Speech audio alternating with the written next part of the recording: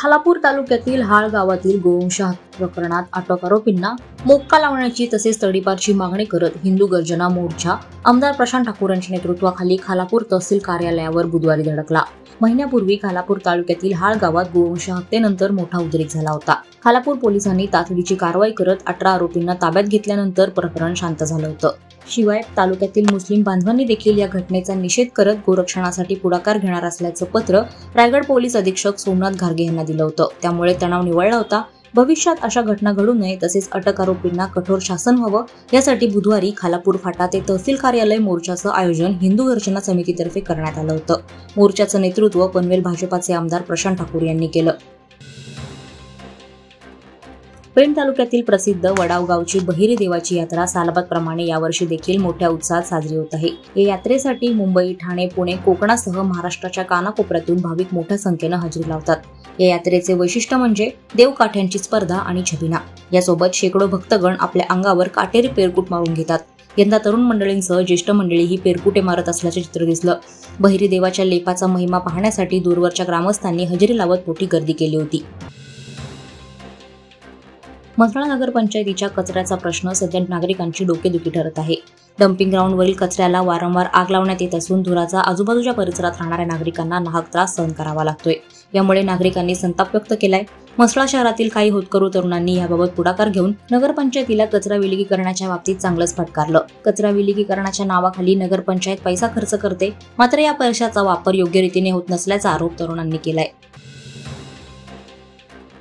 पेण नगरपालिकेचे मुख्याधिकारी जीवन पाटील यांच्या मार्गदर्शनाखाली मालमत्ता कर वसुलीवर यावर्षी प्रशासनानं जोरदार भर दिला होता।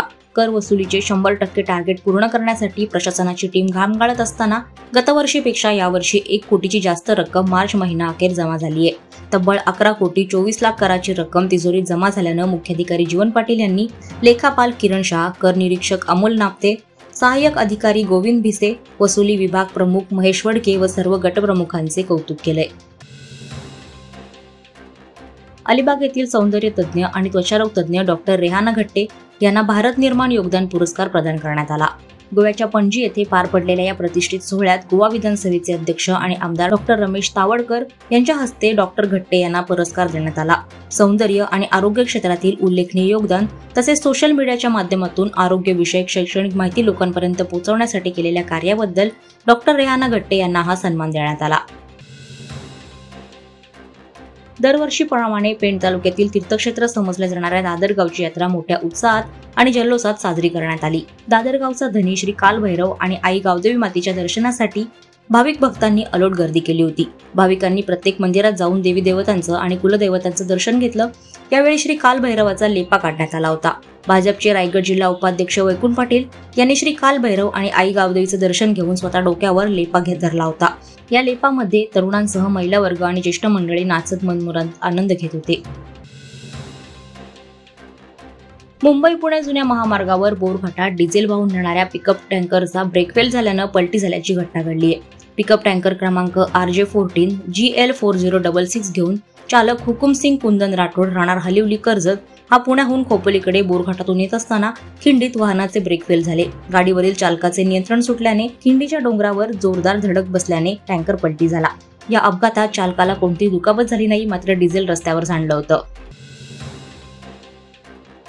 अलिबाग शहरामध्ये भगवान महावीर जन्मकल्याणक दिन उत्साहात साजरा करण्यात आला। यावेळी भगवान महावीरांची प्रतिमा सुवर्ण रथात विराजमान करून भव्य मिरवणूक संपूर्ण अलिबाग शहरात फिरवण्यात आली। यावेळी जैन समाजाच्या महिला, पुरुष आणि तरुण वर्ग मोठ्या संख्येने सहभागी झाले होते। ढोल ताशांच्या गजरात मोठ्या उत्साहात मिरवणूक काढण्यात आली। यावेळी अलिबाग शहरातील भगवान महावीर मंदिरात अभिषेक कार्यक्रम, पूजा आणि भक्ती संध्या आरती असे विविध कार्यक्रम ठेवण्यात आले होते। नवीन पनवेल येथील महाराष्ट्र एज्युकेशन सोसायटी संचलित A.V.B. फडके विद्यालय प्राथमिक विभाग इंग्रजी माध्यम यांच्या वतीने विद्यार्थ्यांमध्ये भटक्या कुत्र्यांविषयी जनजागृती मार्गदर्शन शिबिराचं आयोजन करण्यात आलं होतं। या शिबिरात प्रमुख मार्गदर्शक अर्चना कुलकर्णी, अर्चिता कुलकर्णी, सुमित गाडगीळ आणि चार्वी चौबळ यांनी विद्यार्थ्यांना उपयुक्त माहिती दिली। भटक्या कुत्र्यांची सुरक्षितता, त्यांची काळजी कशी घ्यावी, विद्यार्थ्यांनी स्वतःची सुरक्षा कशी करावी तसेच प्राणीविषयक प्रश्नांची उत्तरे यावर सविस्तर मार्गदर्शन करण्यात आलं। वादळवारा लाईव्हसाठी न्यूज ब्युरो, रायगड। नवी मुंबई व रायगड जिल्ह्यातील ताज्या बातम्या आणि घडामोडींसाठी सबस्क्राईब करा वादळवारा लाईव्ह चॅनल आणि दाबा बेल आयकॉन।